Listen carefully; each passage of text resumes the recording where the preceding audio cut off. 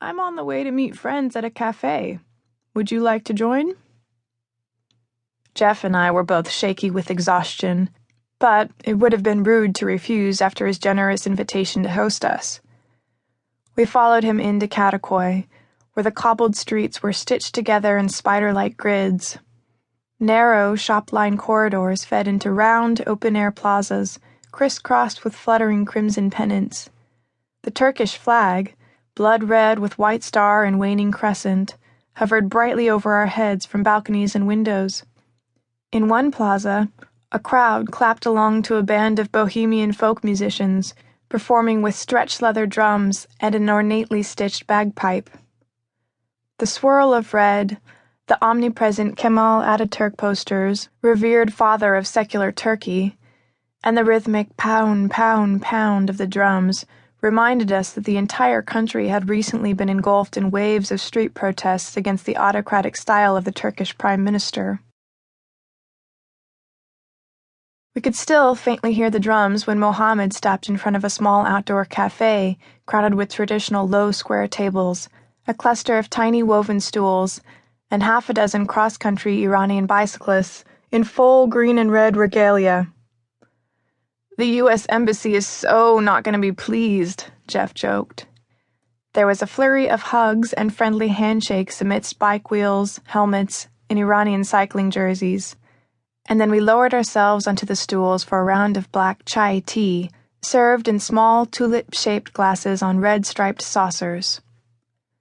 Conversation was friendly, if not limited. All we could collectively manage were basic English sentences supplemented by hand gestures and rudimentary jokes. Where am I from? I'm from Texas. Yes, George Bush is my neighbor. Yes, we ride horses to work, except on Sundays when we pray to Jesus, watch football, and fire up the barbecue. Jeff dozed off against the wall after the first round of tea. Basic sentences had been exhausted, and the Iranians had moved on to conversations that didn't require sign language. I took the opportunity to lean towards Mohammed. Jeff told me a little about your story, but I'm curious to hear more. Planting trees on a bike isn't something that just happens to someone. Mohammed smiled, took a sip of chai, and settled his hands in his lap. I'll tell you, he said. It begins with a mountain.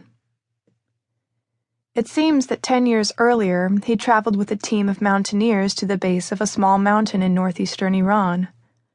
They were training for an expedition up the Pamir Mountains, a difficult range in Central Asia.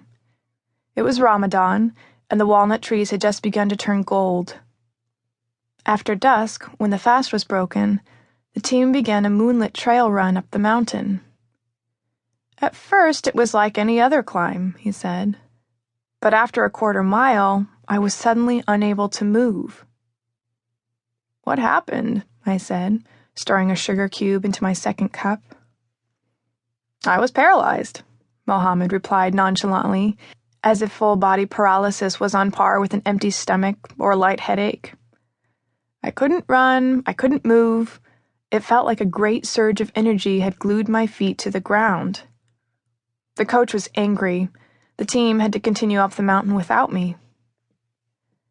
Mohammed described the way he sat alone on the silent mountain, watching the lights flickering down in the valley, overwhelmed with the sense that something big was shifting out in the darkness.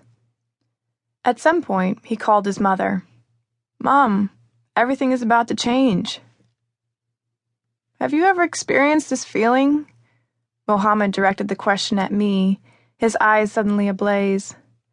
The feeling that everything you know is about to be gone, and you're a blind man, unable to see what will take its place? He made a blunt, sweeping motion with his hand. Gone. Oh, yeah, I said, locking eyes. I'm well acquainted with that one. I didn't understand it, said Mohammed. Everything was good. He had just opened a business with his friend in his hometown. It was going well. He was making money. But after that night on the mountain, an old childhood dream of cycling around the world resurfaced with new urgency. He wanted to feel tires against pavement and plant a trail of trees along his route. It wasn't a practical life.